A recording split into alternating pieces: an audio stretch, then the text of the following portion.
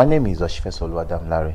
I'm a mechanic. Welcome to Exxon F1, also known as from Lawon, Colombo, Africa. Oh my God, the Zandvoort Grand Prix, that is the Dutch Grand Prix, has shown them shege today. But first, before we go, there will be a question at the end of the video. You get the question right, you get one of our 4x33 racing car for 2022. We have the Ferrari, we have the Red Bull, and we have a Mercedes. Up for grab. First correct answer will get that prize. That is that. So, Zandvoort, starting the race, I told you already ahead that there will be rain all through the weekend. There was rain on Friday morning, there was rain Friday evening. It didn't really affect the practice on Friday. On Saturday, there was rain, and you remember on and off rain that affected a lot of drivers. A lot of drivers could not set the right timing, get themselves into right position like that. Now, today, they were thinking starting the race, the rain will come in 25 minutes into the race. But unfortunately, they started the race. After the first lap, the rain came in. Told you about this race. It's going to be a strategic race. Strategy wins this race. Mercedes flopped strategically. Yeah, they knew the rain would not last long. The rain only did just like 4 minutes and it was off. But will the track dry fast? No. So they made the first mistake. They didn't pit their drivers as soon as possible. So by the time they were pitting their drivers, the rain had stopped. They pitted. They went behind the pack. Those that follow me on WhatsApp, I said there'll be 2 yellow flags. Ferrari will be out. Perez will be out. Perez was out. Ferrari was out. The only thing that saved Perez was there was a red flag. He rammed himself into the wall. There was a red flag that saved him. They were able to make some repairs on his car. Perez was out. Got it right. I told you Verstappen is winning the race. But sincerely, I think it's getting more boring and getting more unethical. The way Red Bull behaves like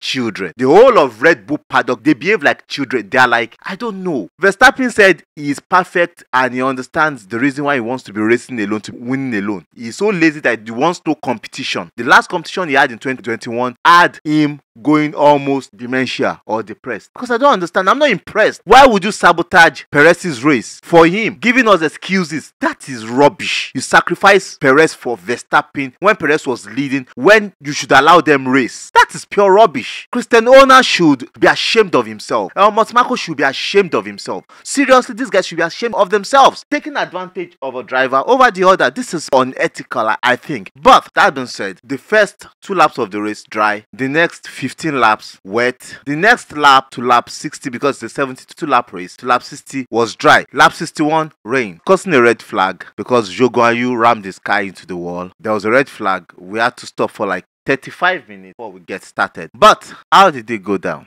The first lap, Lando Norris tried to peep on Max Verstappen, but he was unable to do that. And what happened? Max Verstappen got away very fast, beautifully, and they were all in position the way they started. Lewis Hamilton dropped the place from 13 to 14. The rain came down. The guys at the back, they had nothing to lose. Quickly, they changed their tires. They were on inters. Others came in. Lewis Hamilton and George Russell didn't come in. It was a good gamble for them, but were they able to manage the tires? If they had stayed out 7 more laps on those soft tires, they would have done the same thing that Albon did, and they would have been in a better position in the race. But they gambled again. They changed their tires. Whoop! Now they came out at the end of the grid, that is behind the grid. So they started scampering for pace. The tires were not eating up. They started scampering for pace. Logan Sargent went out like he did yesterday in qualifying. Now we have 19 drivers. Around that time, Charles Leclerc had a binge on his car, and we all didn't know. He was so slow. I said, for those that are following me on WhatsApp, that gambles, you will see there who will win the race, possibilities, whatever will happen that you can use to pick up your gambles and whatever and play the bet. Just make sure you are dropping the money back for me. You know that kind of thing. In the long run, Charles Leclerc was out of the race at lap 43 because he had damage. Now, how did the Mercedes do? They were able to recover, get their race back in place. Lewis Hamilton drove his ass out. They got themselves back in the race for a good amount of time. Then, lap 60, rain came down, washing their pains away. And the most annoying thing is this. I think Red Bull undercutting Sergio Perez is the most wicked on earth thing that happened in this race. And I'm sure Sergio Perez will never be happy with them. They made another mistake when there was a red flag by Zhou Guanyu, pitting Sergio Perez when they know that there's a possibility of that race being red flag. Why not pit him first instead of allowing him to go round again. He was close to the pit, undercut Max Verstappen. No, they didn't. They pitted Max Verstappen first, and by the time he was being pitted, the red flag was out. And you know, Red Bull loves giving excuses for whatever thing they've done. Now, after the red flag, the race came back under safety car. That is a rolling start. For the rolling start, Verstappen, Alonso, Perez, Gasly, Sainz, Hamilton, Norris, Russell, Albon, Piastri, Ocon, and so on and so forth. But the race started. Alonso was unable to overtake Max Verstappen. Meanwhile, Lewis Hamilton was putting pressure on Carlos Sainz. Around that time, we found out that Sergio Perez was caught speeding in the pit lane, which will attract a penalty. He was dashed a 5-second penalty. And Carlos Sainz, Ferrari being slow, the Mercedes was unable to overtake him. The 5 seconds of Sergio Perez took him to fourth from third position, while Carlos Sainz, they all done fast to his fifth position. Lewis Hamilton 6th. Norris took George Russell out by shoving his tire while they were tussling in the rain. So George Russell could not finish the race. He was out of the race. But seriously, I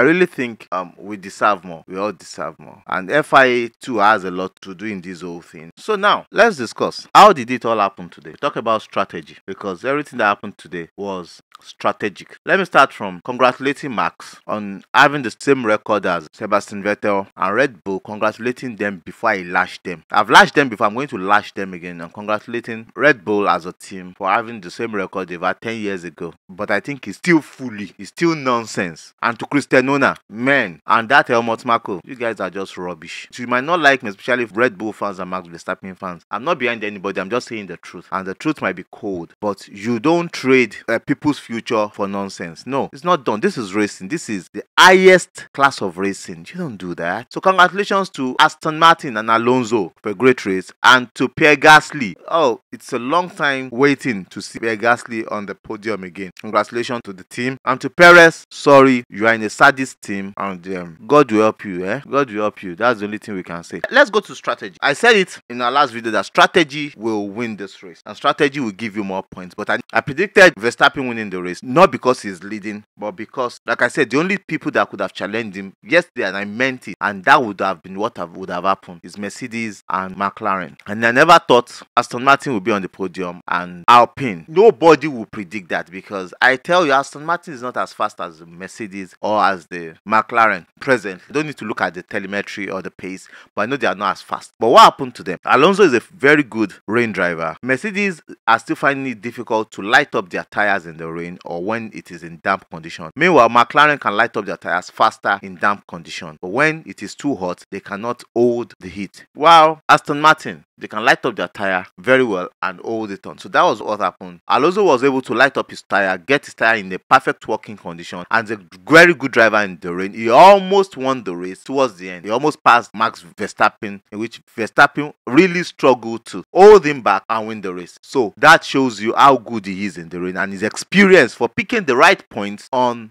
the track and taking better risk that favored him. Now, strategy. The Red Bull were so on point on strategy, and that's as a result of the position they are in the championship. They have nothing to lose, and they also know the pace of their car, so they were right on strategy. Lewis Hamilton wanted them to pit earlier, but because now this is it, everybody has their rain paddy or whatever. They can see whatever is going on for the rain, how long it will rain, how long it will not rain. So they were seeing that it will not rain for long, but others are seeing that this will rain for a long time. Everybody thought to rain 25 minutes into the rain, but it rained like 4 or 5 minutes into the rain. They thought the rain would not be for more than 2 minutes or 3 minutes time to go, but the rain went on for like 10 minutes. So what happened during those times? Some drivers were able to hold their tires and stayed on the soft, and later the soft tires came alive and they were able to keep setting better pace. Well, the Mercedes, because they knew they had the pace in the car. I said it yesterday and 2 days ago that Mercedes had good pace, and that pace can draw them fighting possibly Red Bull if they had the chance, in which could have happened today if they had been able to use the strategy in the right way. But all well and good, they used the strategy wrongly. Williams were good on strategy today. They were very, very on point on strategy. Ferrari, as always,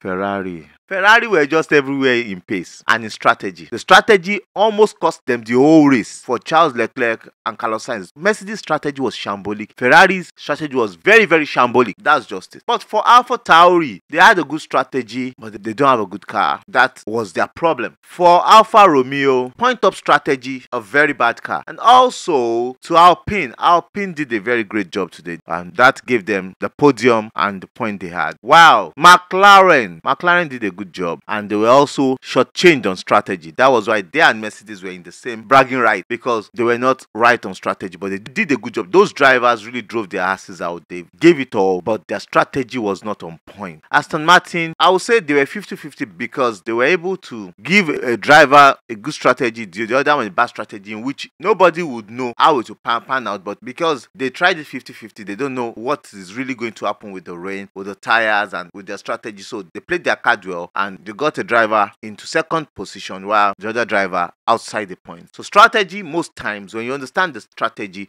you know how these cars will fare and what will happen. But until the race starts, you may not know what will happen and the strategy they will use. McLaren had good pace, but their pace both on dry and wet cannot match Mercedes. And I'm sure if the Mercedes were on dry, Lewis Hamilton could still have gotten away with some points, like third position in the race, if the race had stayed dry till the end of the race. Both Mercedes driver would have gotten good points because George Russell went on hard tires and stayed longer, and he would have ended this race on that tire, which would have become softer, and he would have gone away with that. But the rain and strategy gave us a good race and gave us another insight into what will happen. But in Monza, a different beast entirely, a different race entirely. Most of the teams have switched to next year car, while some like Ferrari are still holding on to this year car.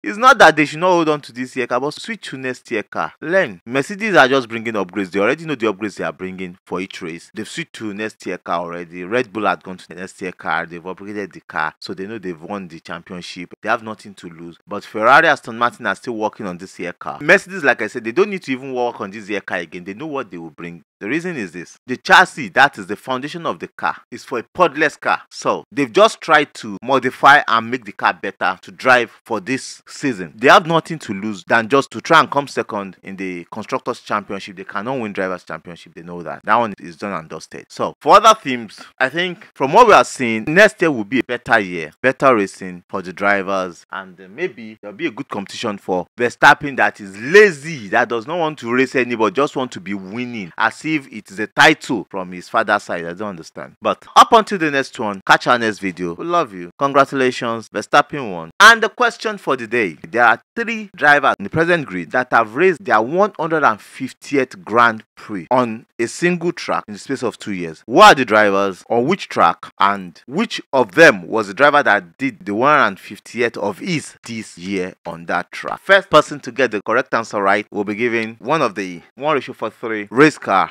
of their choice, either Mercedes, Red Bull, or Ferrari. Thank you. We love you. Subscribe, like, share, comment. I love you. Bye. Chee. Gibor gives you power. Gibor gives you control. Gibor gives you benefits. Are you an individual or business that uses fuel or gas? Use Gibor to find the best prices across all retail outlets in your city. For users and businesses that buy volumes, Gibor gives you access to credit. Gibor also gives you the ability to track your costs and monitor expenses per car or fleet. Need to improve your costs, enjoy incentives, or track expense? Gibor is the answer.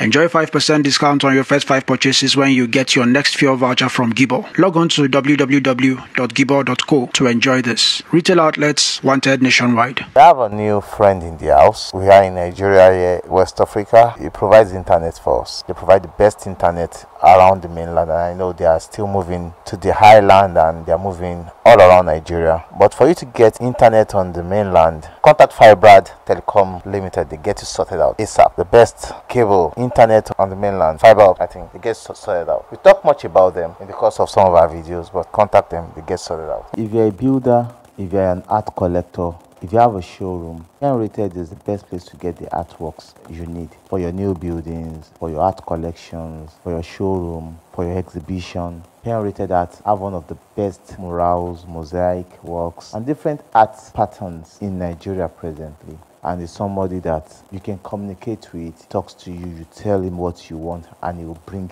the reality out for you. Contact Rated Art. His number is right up here, and you can also go on social media links that are pasted right up here. So check out some of his works. Thank you. Teams Gadget. Teams Gadget is for those of you that cannot easily go to the market to get your phones, your laptops, your accessories. Just place a call through. His phone number is there. It gets you the best. It's your shop plug to get you the best phones, accessories, laptops, games, and other accessories for your computer gaming experience. Contact Teams Gadget and you get them for you.